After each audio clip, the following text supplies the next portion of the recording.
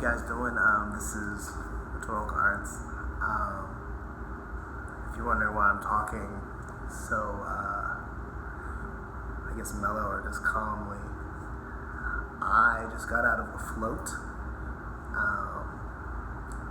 So there's, for those who don't know, there are these things called float tanks, and they're like sensory deprivation chambers. Is that how you say it? Sensory deprivation? Deprivation, yeah. Deprivation. What he said. You basically kind of go into this tank that's all dark, and there are no sounds in there. And there's these waters that have filled up like somewhere between like a quarter to halfway of the tank. And they've been pumped with these salts and kind of minerals and stuff like that. And they really make you very buoyant, and you float. Makes it like, yeah, you're literally floating on water. Like if you've never floated or you don't know how to float or something like that, you have to worry about it because it does the work for you. And yeah, this is one of the, I've done this a couple times now. Brought some people to floats, and yeah, this was probably the best float I've ever had. It was just incredible. It's like an out-of-body experience almost. And yeah, I just think what I was telling the guy who's actually here, I was just saying that person working at the register, I was just saying that I think everyone in the world should experience really two things in life. Like every human being should experience what it is to look up at the stars and actually see them. We're surrounded by so many lights and stuff like that. It gets in the way of actually seeing the stars. A couple weeks ago, I went to Cherry Springs Hill. There it is.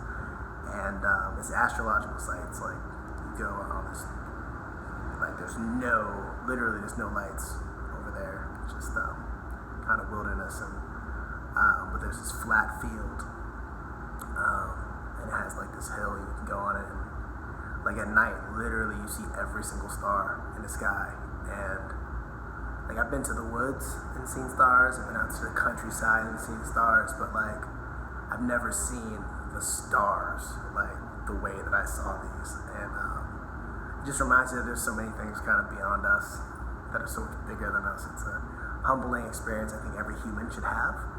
I think everybody should experience the stars in their fullness. And then I think everyone should experience what it is to not have so much stimulation. We just live in a world of so much noise, and I think often that noise kind of can get in the way sometimes and make it very hard to kind of hear ourselves, kind of hear the things that we truly feel and think, and things that are actually resonating with us versus things that are not. There's just so much interference that can be hard to kind of get back in touch with your intuition. And so yeah, something like a sensory deprivation chamber. Hopefully I said that right this time. So I think something like that, when all those noises are removed and all those sensory things are removed, and it's just you.